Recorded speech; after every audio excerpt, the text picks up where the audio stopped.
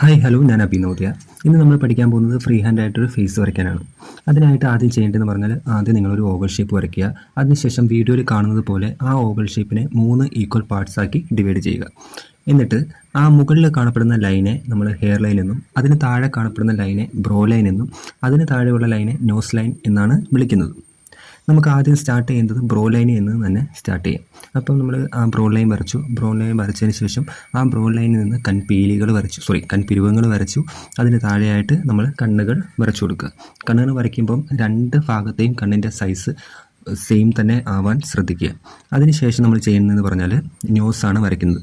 മൂക്ക് വരയ്ക്കാനായിട്ട് ആ നോസ് ലൈനിൻ്റെ ആ ഒരു പുറത്ത് പോവാത്ത രീതിയിൽ നമ്മൾ ആ മൂക്കുകൾ വരച്ചെടുക്കുക. അതിന് താഴെയായിട്ട് നമ്മൾ ചുണ്ടുകളും വരയ്ക്കുക. ഈ ഫേസ് വരയ്ക്കുമ്പോൾ അതിന് കുറച്ച് കൃത്യമായ ഒരു മെഷർമെൻറ്റും കാര്യങ്ങളൊക്കെ ഉണ്ട്. ആ മെഷർമെൻറ്റും കാര്യങ്ങളും നമുക്ക് അടുത്ത വീഡിയോയിൽ ഡീറ്റെയിൽ ആയിട്ട് ഞാൻ പറഞ്ഞുതരാം.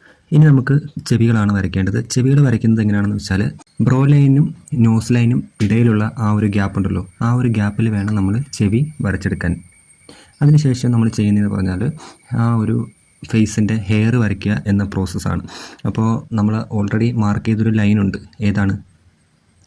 Hair line. ആ ഹെയർ ലൈനിൽ വരത്തക്ക രീതിയിൽ നമ്മൾ ആ ഒരു ഹെയർ മാർക്ക് ചെയ്ത് ആ നെറ്റിയിലോട്ടുള്ള ആ ഒരു ഹെയറൊക്കെ ഒന്ന് മാർക്ക് ചെയ്തെടുക്കുക.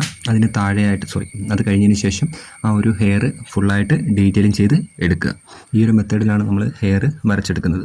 പിന്നീട് ചെവികളും കാര്യങ്ങളൊക്കെ ഡീറ്റെയിലിംഗ് ചെയ്തതിന് ശേഷം നമുക്ക് ബാക്കി ഡീറ്റെയിലിംഗ് വർക്കുകളൊക്കെ ചെയ്യും. ഇവിടെ ഞാൻ ഒരുപാട് ഡീറ്റെയിലിങ്ങോ കാര്യങ്ങളോ ഒന്നും തന്നെ ചെയ്യുന്നില്ല. ജസ്റ്റ് ഒരു ഔട്ട്ലൈനും കാര്യങ്ങളും ഒക്കെയാണ് വരയ്ക്കുന്നത്. പിന്നെ നിങ്ങൾ ഔട്ട്ലൈൻസ് വരയ്ക്കുമ്പോൾ ശ്രദ്ധിക്കേണ്ട കാര്യം എന്ന് പറയുന്നത് മാക്സിമം ലൈറ്റായിട്ട് വേണം ഔട്ട്ലൈൻസ് വരയ്ക്കാൻ. കാരണം പഠിച്ച് വരുമ്പോഴും മാക്സിമം എത്രത്തോളം ലൈറ്റായിട്ട് വരയ്ക്കാൻ പറ്റുമോ അത്രത്തോളം ലൈറ്റായിട്ട് തന്നെ നിങ്ങൾ ഔട്ട്ലൈൻസ് വരയ്ക്കാൻ ശ്രദ്ധിക്കുക. ഓക്കെ.